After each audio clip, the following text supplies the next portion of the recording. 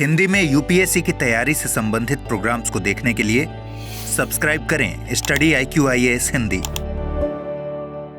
नमस्कार साथियों, मैं कुणाल आप सभी का study IQ-IAS Hindi YouTube channel पे स्वागत करता हूं। तो हम लोग आज बात करने वाले हैं माउंट एटना में हाल ही में हुए एक विस्फोट के बारे में, और इस विस्फोट के ऊपर अब फिलहाल विशेषज्ञों के बीच में एक बड़ा ही मतभेद हो गया है। तो आइए आगे बढ़ते हैं और जानते समझते हैं कि किस प्रकार का था यह विस्फोट, क्या है माउंट एटना से जुड़ी हुई खास बातें और किस किस प्रकार के होते हैं ज्वालामुखी विस्फोट, सभी को हम लोग जानेंगे समझेंगे अच्छे से। तो देखिए फिलहाल हमारे पास में जो उसके लिए न्यूज़ इसका क्या कहना है, what cause the massive eruption of Italy's mount Etna. तो देखिए इटली का जो ये माउंट एटना है इसके अंदर एक अच्छा खासा विस्फोट हुआ है, पर विस्फोट के बाद अब फिलहाल इससे जुड़ी काफ़ी चीज़ें चल रही है, कारण के ऊपर काफ़ी बातचीत हो रही है कि कारण क्या था, किस वजह से हुआ है और क्या बाकी इससे जुड़ी और बातें हैं। तो उन सभी को लेकर के कुछ कुछ चीज़ें हमें अब देखनी है। तो आज की क्लास में क्या क्या शामिल है, चर्चा में क्यों संबंधित तथ्य, माउंट एटना का विस्फोट, स्ट्रोम्बोलियन विस्फोट, प्लिनियन विस्फोट, ज्वालामुखी विस्फोट के प्रकार, सब कुछ समझेंगे हम लोग। आइए सबसे पहले देखते हैं कि मामला चर्चा में क्यों आए। तो जैसे कि आप लोग को मैंने बताया कि हाल ही में माउंट एटना में हुआ है एक ज्वालामुखी विस्फोट। तो देखिए यूरोप के सबसे बड़े ज्वालामुखी इटली के माउंट एटना में एक विस्फोट हुआ। तो देखिए फिलहाल ये जो ज्वालामुखी है कहाँ पर है, ये ज्वालामुखी इटली के अंदर है, लेकिन देखने वाली बात यहाँ पर यह भी है कि ये ज्वालामुखी इटली का सबसे बड़ा ज्वालामुखी है, और सबसे बड़ा ज्वालामुखी होने के साथ साथ एक्टिव ज्वालामुखी है। ये इसकी अपने आप में एक खास बात है, क्योंकि हम देखते हैं कि बहुत सारे ज्वालामुखी ऐसे होते हैं जो सुसुप्त हो जाते हैं या जो मृत हो जाते हैं, लेकिन ये सक्रिय ज्वालामुखी है, यानी कि हम लोग अमूमन कुछ ना कुछ समय के बाद इसके विस्फोट की खबरें सुनते रहते हैं। इससे राख धुएं चट्टानों के टुकड़े का एक विशाल बादल आसमान में कई किलोमीटर तक फैल गया। यानी कि जैसे ज्वालामुखी विस्फोट हुआ तो विस्फोट होने के बाद में पता चलता है उसके बाद कि हाँ भाई चट्टान के टुकड़े इसमें से बहुत सारे बाहर निकले विस्फोट के बाद में, तो चट्टान के टुकड़े आसपास बिखर गए। इसके साथ साथ राख निकली, धुआं निकला, उस सब ने भी आसमान को कवर किया।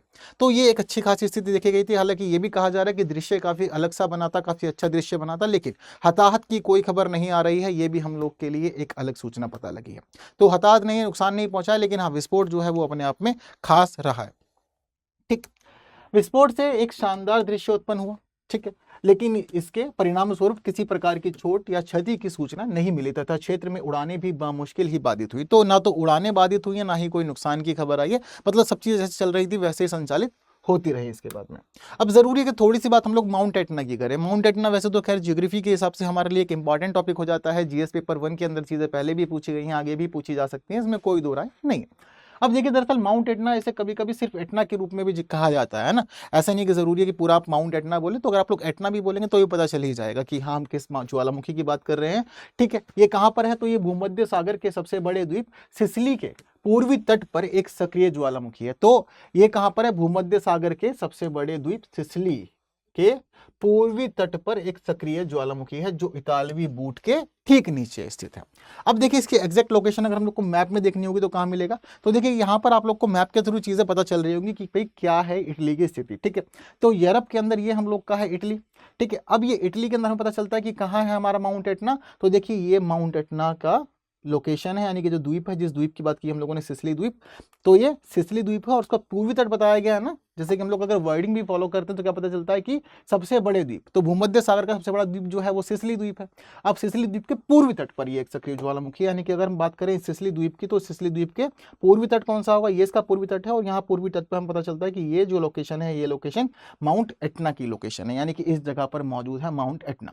तो जरूरी है कि आप लोग थोड़ा सा इसके आसपास की चीजें भी ध्यान रखें। जैसे कि इटली हम लोग के सामने पूरा है, तो इटली के पता चलता है कि हाँ यहाँ पूर्वी स्थिति में, उत्तर पूर्वी स्थिति में एड्रियाटिक सागर है। ठीक है, यहाँ पर गल्फ ऑफ टोरंटो भी है।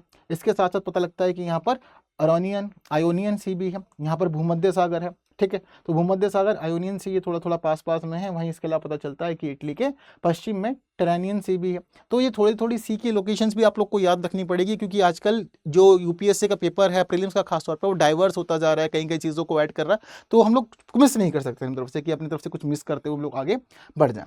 क्लियर है सारी की सारी बातें आप लोग को। तो माउंट एटना की लोकेशन तो आप लोग को समझ में आ गई है कि भूमध्य सागर के सबसे बड़े द्वीप सिसिली द्वीप के ये पूर्वी तट पर मौजूद एक सक्रिय ज्वालामुखी है। अब देखिए एटना की चोटी ऑल्पस के दक्षिण में इटली की सबसे ऊंची चोटी है। ठीक है, और यह यूरोप के सक्रिय ज्वालामुखियों में सबसे बड़ी है। जैसे कि आपको मैंने बता भी चुका हूं कि भाई ये इटली का जो ज्वालामुखी है, जो हमारा माउंट एटना है, ये पूरे यूरोप के मामले में सबसे बड़ा ज्वालामुखी भी माना जाता है।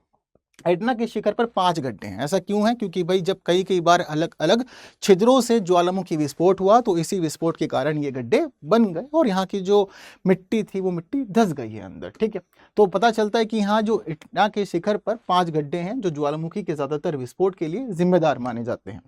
एटना को 2013 में विश्व धरोहर स्थल के रूप में भी सूचीबद्ध किया गया था यूनेस्को के वर्ल्ड हेरिटेज लिस्ट के अंदर। तो एटना केवल और केवल एक ज्वालामुखी नहीं है, एक सक्रिय ज्वालामुखी ही नहीं है, बल्कि ये यूनेस्को की एक विश्व धरोहर स्थल भी है। यूनेस्को की विश्व धरोहर सूची में शामिल है और कब से? 2013 से ये शामिल है। ज्वालामुखी के विस्फोट का इतिहास 5 लाख साल पुराना माना जाता है, यानी कि 5 लाख साल हो चुके हैं। इतने समय से ये ज्वालामुखी एक्टिव है और समय समय पर ये फटता रहता है। लेकिन बात करें कितने समय का रिकॉर्ड है हमारे पास में, तो जो हमारे विशेषज्ञ वो ये तो मानते हैं कि 5 लाख साल से एक गतिविधि के अंदर है, ये एक्टिव है और विस्फोट कर रहा है। लेकिन हमारे पास जो रिकॉर्ड है वो 2700 साल का ही रिकॉर्ड है इसके विस्फोटों का। इसके अलावा पहाड़ की ढलानों पर अलग अलग आकार के 300 से ज्यादा वेंट भी बने हुए हैं। ठीक है, तो 300 से ज्यादा जो वेंट है वहां पर फ्लैंक विस्फोट भी होते हैं। क्या होते हैं? फ्लैंक विस्फोट। अब देखिए, जिसको नहीं पता उसको मैं क्लियर कर देता हूं। जब कभी भी किसी भी ज्वालामुखी के अंदर विस्फोट होते हैं तो 2 प्रकार के विस्फोट देखे जाते हैं। एक को कहा जाता है समिट इरप्शन और दूसरे को कहा जाता है फ्लैंक इरप्शन। दोनों में अंतर क्या है? तो देखिए, समिट इरप्शन जो होता है उसको शिखर इरप्शन हम लोग हिंदी में कहते हैं, शिखर विस्फोट कहते हैं हिंदी में। और जो दूसरा हमारा फ्लैंक इरप्शन है उसको हिंदी में फ्लैंक विस्फोट ही कहा जाता है। ठीक है, अब लेकिन फ्लैंक विस्फोट के अंदर और जो शिखर विस्फोट होता है उसमें अंतर क्या होता है? तो देखिए, इसकी स्थिति आप लोग समझ लेते हैं एक बार। देखिए, जनरली क्या होता है, जब कभी भी हम लोग किसी भी ज्वालामुखी को देखते हैं तो एक आकृति हमारे मन में कुछ इस प्रकार की आती है कि देखिए कुछ इस प्रकार का ज्वालामुखी पर्वत होगा, है ना। अब दरअसल क्या होता है कि जब कभी भी हम लोग ज्वालामुखी विस्फोट को इमेजिन करते हैं तो हमें क्या पता चलता है कि ज्वालामुखी की स्थिति कुछ ऐसी रहेगी और ये फटेगा कहां से? यहाँ से फटेगा और यहाँ से फटने के बाद इसके अंदर से जो भी चीज है, राख निकलेगी, धुआं निकलेगा, आग निकलेगी, लावा निकलेगा, वो सब इसमें से निकलेगा। हम लोग ये चीजें तो सोचते हैं कि इस प्रकार की चीजें होंगी और हमें ये पता होता है कि ज्वालामुखी के मामले में दरअसल पर्वत के अंदर एक अच्छा खासा मार्ग बना होता है और जब कभी भी पृथ्वी के अंदर हलचल होती है, ठीक है, गैस से बहुत ज्यादा अच्छे तापमान पर मतलब मौजूद रहती हैं, उनके अंदर विस्फोट हो रहा होता है, तो उसी दौरान क्या होता है कि लावा इसी रास्ते से ऊपर आता है और कुछ इस प्रकार से फटकर आसपास के क्षेत्र में बिखर जाता है। धुआं जो है हमें वहां आसमान में देखने को मिल भी जाता है। ये सब चीजें होती हैं। लेकिन ये तो स्थिति है हमारी सामान्य जो हम लोग इमेजिन करते हैं और जब कभी भी इस प्रकार का विस्फोट होता है तो हम लोग क्या कहते हैं? समिट इरप्शन इसको हम लोग कहते हैं, यानी कि शिखर विस्फोट के रूप में इसको जाना जाता है। लेकिन मान लो कि जब कभी भी विस्फोट मुख्य मार्ग से ना हो, मुख्य मार्ग से अलग किसी और मार्ग से हो जाए, यानी कि मान लो कि इस पूरे के पूरे ज्वालामुखी में कुछ इस प्रकार के और रास्ते भी बने हुए हैं। अब ये रास्ते वैसे तो मतलब क्या होता है कि मिट्टी से पत्थरों से बंद हो जाते हैं, लेकिन ज्वालामुखी विस्फोट के मामले में जो दाब आता है, जो प्रेशर आता है वो इतना ज्यादा तेज आता है कि वो कई बार इन रास्तों को भी खोल देता है। तो मान लीजिए कि अगर हम लोग देखें कि विस्फोट अगर मुख्य मार्ग से नहीं हो रहा है, चोटी से नहीं हो रहा है, लेकिन आसपास में जो वेंट्स बनी हुई हैं उन वेंट्स से हो रहा है, आसपास के किसी और रास्ते से हो रहा है, तो इसको हम लोग क्या कह देते हैं? इसको हम लोग कहते हैं कि ये हमारा फ्लैंक इरप्शन है, यानी कि फ्लैंक विस्फोट है। तो मुख्य मार्ग से अगर विस्फोट हो रहा है, चोटी पे विस्फोट हो रहा है, तो शिखर विस्फोट के रूप में जानेंगे। वहीं अगर किसी और वेंट से किसी और रास्ते से हो रहा है तो उसको हम लोग फ्लैंक विस्फोट के रूप में जानेंगे। ये दोनों बातें भी इंपॉर्टेंट है, इसको भी याद जरूर से आप लोग रखिएगा। तो फिलहाल ये समझिए कि जो माउंट एटना है ये लगभग एक सक्रिय ज्वालामुखी की स्थिति में ही रहता है, निरंतर ये विस्फोट करता रहता है। 1600 से अब तक कम से कम 60 फ्लैंक विस्फोट हो चुके हैं। इसके अलावा कई इसके अंदर शिखर विस्फोट भी हुए हैं। हाल ही के वर्षों में ये पता चला है कि भाई 2006 में, 2007 में, 2008 में, 2012 के अंदर 2 बार, 2018 में, 2021 में इसमें शिखर विस्फोट हुए, यानी कि जी बिल्कुल चोटी से ये फटा है, यहां से इसने लावा उगला है। इसके अलावा बात करें फ्लैंक विस्फोट की, तो फ्लैंक विस्फोट भी इसमें कई बार हो चुके हैं। 2001 में, 2002, 3, 2004, 5, 2008, 9 ये फ्रीक्वेंट स्थिति हम लोग देख रहे हैं कि फ्लैंक विस्फोट की भी हो रही है। हालांकि चाहे विस्फोट फ्लैंक हो या फिर विस्फोट हो शिखर, दोनों ही विस्फोटों की स्थिति में ये तो पता चल रहा है कि हाँ रेगुलरली ये ज्वालामुखी फट रहा है, विस्फोट कर रहा है और ये सक्रिय ज्वालामुखी की कैटेगरी में इसी वजह से शामिल किया था। तो रेगुलरली एक्टिव इसको हम लोग नोटिस कर रहे हैं। क्लियर है बात सारी? अब देखिए, इन सभी बातों को आपने समझ तो लिया। अब इन सभी बातों को समझने का तब ये भी जरूरी है कि जो ज्वालामुखी विस्फोट था ये विस्फोट किस प्रकार का हुआ था। अब दरअसल हमारे जो विशेषज्ञ हैं उनके बीच में ना अलग अलग प्रकार के मतभेद हो गए हैं। हमारे कुछ विशेषज्ञों का मानना है कि जो विस्फोट हुआ था यह विस्फोट स्ट्रोम्बोलियन विस्फोट था। वहीं कुछ लोग ऐसे हैं जो मान रहे हैं कि यह विस्फोट प्लिनियन विस्फोट था। अब दरअसल दोनों में अंतर क्या और मामला चल क्या रहा? तो देखिए, विशेषज्ञों का मानना है कि ज्वालामुखी के अंदर गैसों के फैलने के कारण दबाव बढ़ने से विस्फोट शुरू हुआ, जिसके कारण दक्षिण पूर्वी गड्ढा ढह गया। और इसके परिणाम स्वरूप गर्म लावा बाहर आने लगा। यानी कि कह रहे हैं कि ठीक है, जो प्रक्रिया हुई थी वो प्रक्रिया थोड़ी आरामदायक प्रक्रिया थी। पहले गैस फैली थी, उसके बाद जब दबाव बढ़ा तो दबाव बढ़ने के कारण विस्फोट शुरू हुआ और दक्षिणी पूर्वी गड्ढा जो था वो ढह गया, और दक्षिणी पूर्वी गड्ढा ढहने के बाद फिर लावा बाहर आने लगा। कुछ इस प्रकार की स्थिति इस ज्वालामुखी विस्फोट के मामले में मानी जा रही है। अब यहाँ पर यह कहा जा रहा है इटली के राष्ट्रीय भूभौतिकी एवं ज्वालामुखी संस्थान एटना वेधशाला के द्वारा कि ज्वालामुखी में स्ट्रोम्बोलियन विस्फोट हुआ है।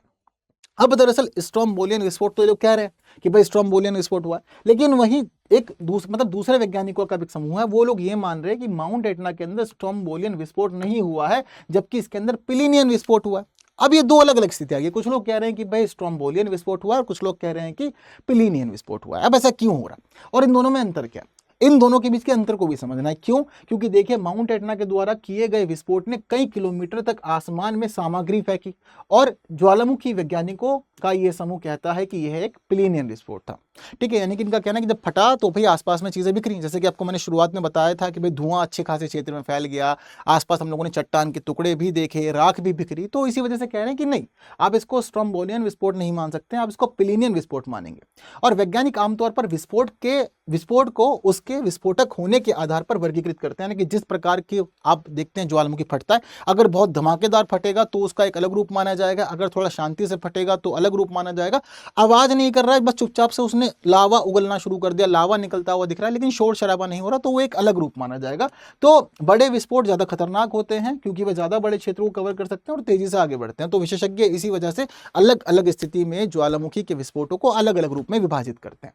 अब आप लोग के मन में ये क्वेश्चन चल रहा होगा कि सर आपने बताया तो स्ट्रोम्बोलियन विस्फोट क्या होता है, पिलीनियन विस्फोट के बारे में यहाँ पे बताया आपने, लेकिन एक्चुअल में इसमें होता क्या है? मतलब स्ट्रोम्बोलियन विस्फोट में और पिलीनियन विस्फोट में दोनों में अंतर क्या होता है, और ये वैज्ञानिक आपस में लड़ क्यों रहे हैं, इनके बीच में मतभेद क्यों हो रहा है? तो देखिए, इस पूरी की पूरी स्थिति को हम लोग अच्छे समझते हैं। पहले हम लोग समझते हैं स्ट्रोम्बोलियन विस्फोट का मतलब क्या होता है, और इसमें जब कभी भी ज्वालामुखी का विस्फोट होगा तो स्ट्रोम्बोलियन विस्फोट की स्थिति में क्या क्या देखने को मिलेगा। तो देखिए, इस प्रकार के विस्फोट को विवेकपूर्ण मध्यम विस्फोट के रूप में जाना जाता है। कैसा विस्फोट होगा ये? विवेकपूर्ण मध्यम विस्फोट, यानी कि बहुत ज्यादा शोर शराबा भी नहीं करेगा, बहुत ज्यादा धमाका भी नहीं करेगा, और बहुत ज्यादा ये चट्टान के टुकड़ों को इतर उतर भी नहीं फैलेगा। तो पता बहुत ज्यादा शोर शराबा नहीं करेगा, तो ठीक है, थोड़ा बहुत तो होगा पर बहुत बड़े स्तर पर ये चीजें देखने को नहीं मिलेगी। तो कह रहे हैं कि विवेकपूर्ण मध्यम विस्फोट है, यानी कि ठीक है, थोड़ा शांतिपूर्ण स्थिति में रहेगा, बहुत ज्यादा शोर शराबा नहीं होगा, थोड़ा बहुत चीजें जो होंगी इसकी थोड़ी टॉलरेबल होंगी। इसके अलावा चट्टान और राख के टुकड़ों को बाहर निकाल सकता है, जो हवा में सैकड़ों किलोमीटर तक जा सकते हैं। हालांकि ऐसा नहीं है मतलब कि ये नहीं, बिल्कुल भी नहीं निकालेगा, बिल्कुल शांत तो नहीं रहेगा, मैंने आपको पहले बताया। तो मध्यम विस्फोट होगा, यानी कि थोड़ा बहुत शोर शराबा तो बिल्कुल ये करेगा, पर इसके थोड़े बहुत शोर शराबे से चट्टान और राख के टुकड़े जो होंगे वो बाहर भी निकलेंगे, और आसपास में माना जाता है कि सैकड़ों मीटर तक वो फैल सकते हैं। ठीक है, तो आसपास के सैकड़ों मीटर के क्षेत्र को वो कवर कर सकते हैं। ये चीज भी यहाँ पे निकल आती है, तो हवा में कवर करेगा। इसके साथ साथ यह ज्वालामुखी के भीतर मैग्मा कक्ष में गैस की उपस्थिति के कारण होता है।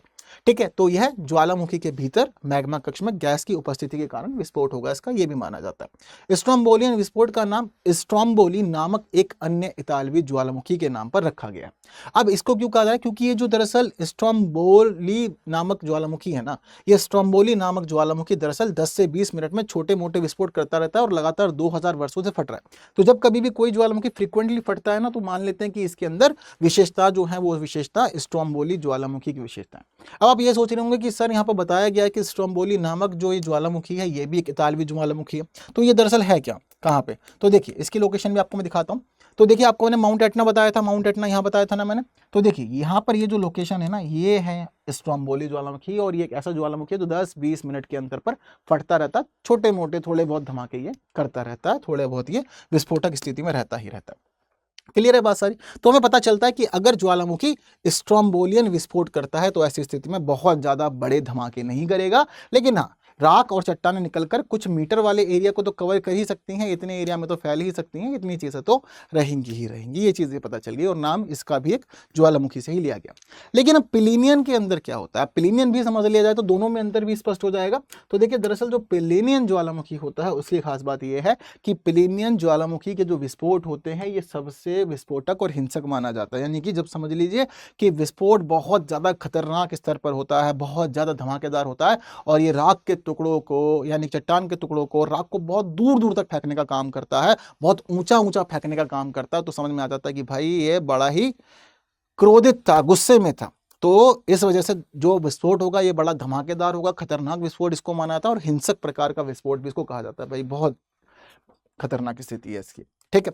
अब इससे जुड़ी हुई ना एक पुरानी स्थिति, एक ऐतिहासिक स्थिति है। दरअसल ये जो नाम दिया गया है ना प्लिनियन विस्फोट, ये दिया गया है प्लिनी द यंगर के नाम पे। अब ये प्लिनी द यंगर कौन थे? दरअसल प्लिनी द यंगर जो थे, इन्होंने एक स्टडी की थी, ठीक है। इन्होंने एक विस्फोट का दस्तावेजीकरण किया था। दरअसल 79 ईस्वी में एक विस्फोट हुआ था माउंट वेसुवियस के अंदर, ठीक है। तो 79 ईस्वी के अंदर एक विस्फोट हुआ माउंट वेसुवियस में। ये माउंट वेसुवियस का विस्फोट इतना ज्यादा खतरनाक था, इतना ज्यादा भयंकर था कि इटली के 2 शहर इसमें पूरी तरह से समा गए। जब कभी भी ज्वालामुखी विस्फोट होता तो लावा निकलता ही निकलता। हम लोग मानते हैं कि भाई नुकसान होता है, प्रभावित तो ये करते ही करते हैं, लेकिन जिस समय 79 ईस्वी का ये माउंट वेसुवियस का विस्फोट हुआ था तो समझ लीजिए इटली के 2 शहर पोम्पई और हरकुलेनियम, ये 2 के 2 शहर पूरी तरह से इसके लावे में समा गए थे। इसने 2 पूरे के पूरे शहरों को खत्म कर दिया था। ये ज्वालामुखी विस्फोट इतना ज्यादा खतरनाक था।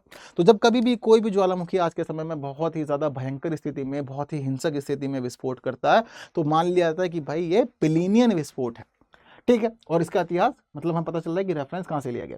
ये समझ लीजिए कि जब कभी भी प्लिनियन विस्फोट की स्थिति आती है ना, उस विस्फोट के मामले में पता चलता है कि ये जो विस्फोट होता है यह एक विशाल विस्फोट होता है और यह विस्फोट स्तंभ बनाता है, यानी कि एक बहुत ही लंबे स्थिति के अंदर विस्फोट होगा, बहुत बड़े स्तर पर विस्फोट ये दिखाएगा। इस दौरान जो विस्फोट होगा उस विस्फोट से 2 टुकड़े निकलेंगे, वो टुकड़े समताप मंडल में 20 से 50 किलोमीटर तक भी पहुंच जाते हैं। इतना भी समझ लीजिए आप लोग, मतलब विस्फोट होने के बाद में चीजें जो है वो बहुत ज्यादा ऊंची उठती हैं। तो समताप मंडल के अंदर 20 से 50 किलोमीटर तक पहुंच जाते हैं टुकड़े, इतना स्थिति भी इसकी बन जाती है। इसके दौरान जो मैग्मा निकलता है उसकी स्थिति क्या होती है? चिपचिपा मैग्मा होता है। और ये समझिए कि मैग्मा जितना ज्यादा गाढ़ा होगा ना, जब मैग्मा गाढ़ा होगा उसकी सांद्रता जितनी ज्यादा होगी वो उतना ही खतरनाक, उतना ही तगड़ा विस्फोट करेगा। लेकिन अगर ज्वालामुखी पतला होगा तो समझिए कि वो उतना हल्की तरह से आराम से वो निकल जाएगा। तो गाढ़ा ज्वाला मैग्मा जो होता है वो अधिक मात्रा में, बड़ी मात्रा में विस्फोट करने का कार्य करता है। तो चिपचिपे सिलिका समृद्ध मैग्मा, जिसे रायोलाइट या डेसाइट के रूप में भी जाना जाता है, गैस के तेजी से विस्तार के कारण अत्यंत शक्तिशाली विस्फोट करते हैं और बड़ी मात्रा में प्यूमियस ज्वालामुखी राख और गैस का उत्पादन भी करते हैं। ये वाली स्थिति भी होती है, ठीक है। तो ये इसकी पूरी खास चीज है। मतलब जो भी होगा खतरनाक होगा, बड़े स्तर पर होगा और भयंकर करेगा ये अपने आप में। तो ये दोनों में अंतर होता है। तो एक प्लिनियन विस्फोट क्या होता है और इसके अलावा स्ट्रोम्बोलियन विस्फोट क्या होता है, ये दोनों ही स्थिति आप लोगों ने समझ ली, अब आपको अंदर पता चल गया। अब आपके मन में ये भी आ रहा होगा कि सर क्या किसी और प्रकार का विस्फोट भी होता है? 2 तो हम लोगों ने समझ लिए, तो बिल्कुल जी होता है और जितने होते हैं वो आप लोग के सामने। दरअसल हम लोग जनरली ज्वालामुखी के विस्फोटों को 4 अलग अलग रूपों में पढ़ते हैं, हवाई, स्ट्रोम्बोलियन, वल्केनियन या फिर प्लिनियन, ठीक है। ये 4 हम लोग अलग अलग प्रकार के विस्फोट देखते हैं। अब सब में अंतर क्या होता है? जैसे कि हवाई विस्फोट कैसा होगा, ये कोमल होगा, मतलब आराम से शांति से हो जाएगा, ठीक है, परेशान नहीं करेगा। आग्नेयोद्गार बहता है इसके अंदर, यानी कि जो ज्वालामुखी से मैग्मा निकलेगा वो बहेगा जरूर, ठीक है। और ये समझिए कि अगर ज्वालामुखी से निकलने वाला मैग्मा अगर पतला होगा तो वो दूर तक बहेगा, लेकिन उसकी सांद्रता ज्यादा होगी। अगर वो गाढ़ा होगा तो वो दूर तक नहीं बहेगा, लेकिन वो धमाके ज्यादा करेगा और पास में ही वो इकट्ठा भी हो जाएगा। बहुत ज्यादा दूर तक उसका जो संचलन है वो होता नहीं है। इसका उदाहरण क्या है? मोना लोआ, ठीक। वही बात करें स्ट्रोम्बोलियन ज्वालामुखी विस्फोट की, तो आप लोगों ने पढ़ तो लिया है। विस्फोट की तीव्रता कैसी होती है? उसमें मध्यम आकार की होती है, लावा, बम और राख, यानी कि लावा थोड़ा विस्फोटक रूप में इसमें से निकल करके बाहर आता है, ठीक है। इसके अलावा राख की स्थिति भी इसमें हम लोग देखते हैं, ठीक है। स्ट्रोम्बोलियन ज्वालामुखी इसका एक उदाहरण है। इसके अलावा वल्केनियन ज्वालामुखी के अंदर क्या होगा? विस्फोट होगा, थोड़ा सा अच्छे स्तर का विस्फोट उसके अंदर होगा, राख के बादल भी बन जाएंगे और पाइसोक्लास्टिकस इसमें देखने को मिलेगा। इसके अलावा उदाहरण क्या है इसका? क्राकाटा इसका एक उदाहरण है। वहीं प्लिनियन हिंसक होता है, सबसे ज्यादा खतरनाक विस्फोट जो होता है वो विस्फोट हिंसक ही होता है। और इसी वजह से जो भी माउंट एटना में विस्फोट हुआ उसके लिए माना जा रहा है कि देखिए माउंट एटना के विस्फोट से बादल भी बने हैं, राख भी निकली है, टुकड़े भी निकले हैं चट्टान के, तो उसकी वजह से हिंसक उसको कह रहे हैं बहुत ज्यादा विशेषज्ञ। तो हिंसक विस्फोट इसको माना जाता है। उच्च राख के स्तंभ बनते हैं, यानी कि क्या होगा कि राख की स्थिति जो है वो थोड़ी ऊंची जाएगी और बहुत ऊंचा ऊंचा वो राख वगैरह को फेंकने का काम करेगा, चट्टान के टुकड़ों को फेंकने का काम करेगा। माउंट वेसुवियस इसका एक उदाहरण रहा है। और माउंट वेसुवियस की उदाहरण की स्थिति क्या थी कि 79 ईस्वी में किस प्रकार से 2 शहरों को ही पूरा इसने खत्म कर दिया था। बातें सारी क्लियर है। तो माउंट एटना में विस्फोट हुआ, किस प्रकार से हुआ, माउंट एटना की स्थिति क्या है, कैसे कैसे फ्रिक्वेंटली विस्फोट इसके अंदर होते रहते हैं। माउंट एटना की विस्फोट की स्थिति के अलावा 2 अलग अलग प्रकार के विस्फोट जो हमें जानने समझने जरूरी थे, तो वो 2 भी हम लोगों ने समझे, लेकिन बाकी और जो विस्फोट के प्रकार हमें समझने करने चाहिए थे वो भी हम लोगों ने समझ लिए हैं। बात सभी क्लियर है? जब इतना कुछ समझ लिया तो मुझे लगता है कि इस प्रश्न का उत्तर आराम से दिया जा सकता है। स्ट्रोम्बोलियन विस्फोट के संदर्भ में निम्नलिखित कथनों पर करना है विचार। इसमें गैसों के मध्यम विस्फोट होते हैं, राख, शंकु या छोटे लावा प्रवाह का निर्माण होता है। इसे यह नाम एक ज्वालामुखी के नाम पर दिया गया है। उपयुक्त में से कितने कथन सही नहीं है आपको ये बताना है, केवल एक, केवल दो, सभी तीन या कोई नहीं। तो इस प्रश्न का उत्तर आप सभी लोग मुझे कमेंट बॉक्स में जरूर से बताइएगा। इसी के साथ आप लोग के लिए एक इन्फॉर्मेशन ये है कि स्टडी IQ आप लोग के लिए एक नया बैच शुरू कर रहा है। ये P2I बैच है और ये बैच शुरू हो रहा है 10 जून 2025 से शाम 6 बजे। अब ये समझ लीजिए कि ये बैच प्रतिज्ञा बैच है और P2I बैच का मतलब क्या है कि प्रीलिम्स, मेंस, इंटरव्यू तीनों ही चरणों की आपके यहाँ तैयारी करवाई जाएगी। आप लोगों को रेगुलर क्लासेस मिलेगी, इसके अंदर आपको हैंड रिटन नोट्स मिलेंगे, इसके अलावा आपको बुक्स भी मिलेगी, स्टडी मटेरियल भी मिलेगा और 1-to-1 मेंटरशिप की फैसिलिटी भी इसमें अवेलेबल है। यानी कि आपको पर्सनल मेंटोर मिलेगा जिसके सामने आप अपनी सभी समस्याओं को रख सकते हो और आपकी सभी समस्याओं का समाधान किया जाएगा। इसके अलावा आपको टेस्ट सीरीज भी मिलेगी, प्रीलिम्स और मेंस के लिए रेजिडेंशियल प्रोग्राम भी इसके अंदर शामिल है। जो मंथली टॉप परफॉर्मर रहेगा टेस्ट के अंदर उसे 11,000 का प्राइस भी दिया जाता है। ये सारे बेस्ट फीचर हैं हमारे इस P2I बैच के। समझ लीजिए कि आपकी जो समस्याएं हैं ना तैयारी के लिए, उन सभी समस्याओं के लिए एक रामबाण इलाज अगर कुछ है तो ये प्रतिज्ञा बैच है। अब इस प्रतिज्ञा बैच को आप लोग ले सकते हैं कैसे? KL लाइव कोड यूज करके अगर आप इस बैच को लेते हैं तो समझिए आपको एक अच्छा खासा डिस्काउंट मिल जाएगा। KL लाइव कोड जो है ये बेस्ट डिस्काउंट का कोड है और इस डिस्काउंट कोड को अगर आप लगाते हैं तो वैसे तो खैर फीस जो थी वो 30,999 थी, लेकिन फिलहाल अब इस फीस को और भी कम कर दिया है और फीस हो गई है 29,999। तो स्पेशल डिस्काउंट का इस समय जो समय चल रहा है ये समझिए कि आप लोगों के लिए बेस्ट है और आप लोग इसमें अपने लिए कोर्स ले सकते हैं। ये तो इंपॉर्टेंट है, समय बहुत कम है, जल्दी से ले लीजिए। और ये समझिए कि अगर आप लोग इस बैच में एनरोल रह करके प्रीलिम्स एग्जाम भी क्लियर करते हैं तो आप लोगों की पूरी फीस भी वापस कर दी जाएगी। तो इस बैच को जल्दी से ले लेना है क्योंकि 10 जून से शुरू हो रहा है। इसके अलावा मेरे साथ कहाँ जुड़ना है? तो आप लोग टेलीग्राम, इंस्टाग्राम, फेसबुक और एक्स, इन सभी जगह आप जुड़ सकते हैं। वहीं आप लोग को क्लास की फाइल कहाँ मिलती है? टेलीग्राम चैनल पे मिलती है। QR कोड स्कैन कीजिए, टेलीग्राम चैनल पे पहुंच जाइए या फिर सर्च कीजिए @कुणाल कोटी। तो बस आज की क्लास में इतना ही। जितनी महत्वपूर्ण बातें हमें करनी थी वो सब हो चुकी है। फिलहाल इस वीडियो को बाकी लोगों तक शेयर करना ना भूलें और जिन्होंने लाइक नहीं किया है, लाइक के बिना कोई नहीं जाएगा। बाकी की बातें हम लोग करेंगे आने वाली और क्लासेस में कुछ नए विषयों के साथ। तब तक के लिए दीजिए मुझे विदा। Thank you so much. जय हिंद। हिंदी में UPSC की तैयारी से संबंधित प्रोग्राम्स को देखने के लिए सब्सक्राइब करें स्टडी IQ IAS हिंदी।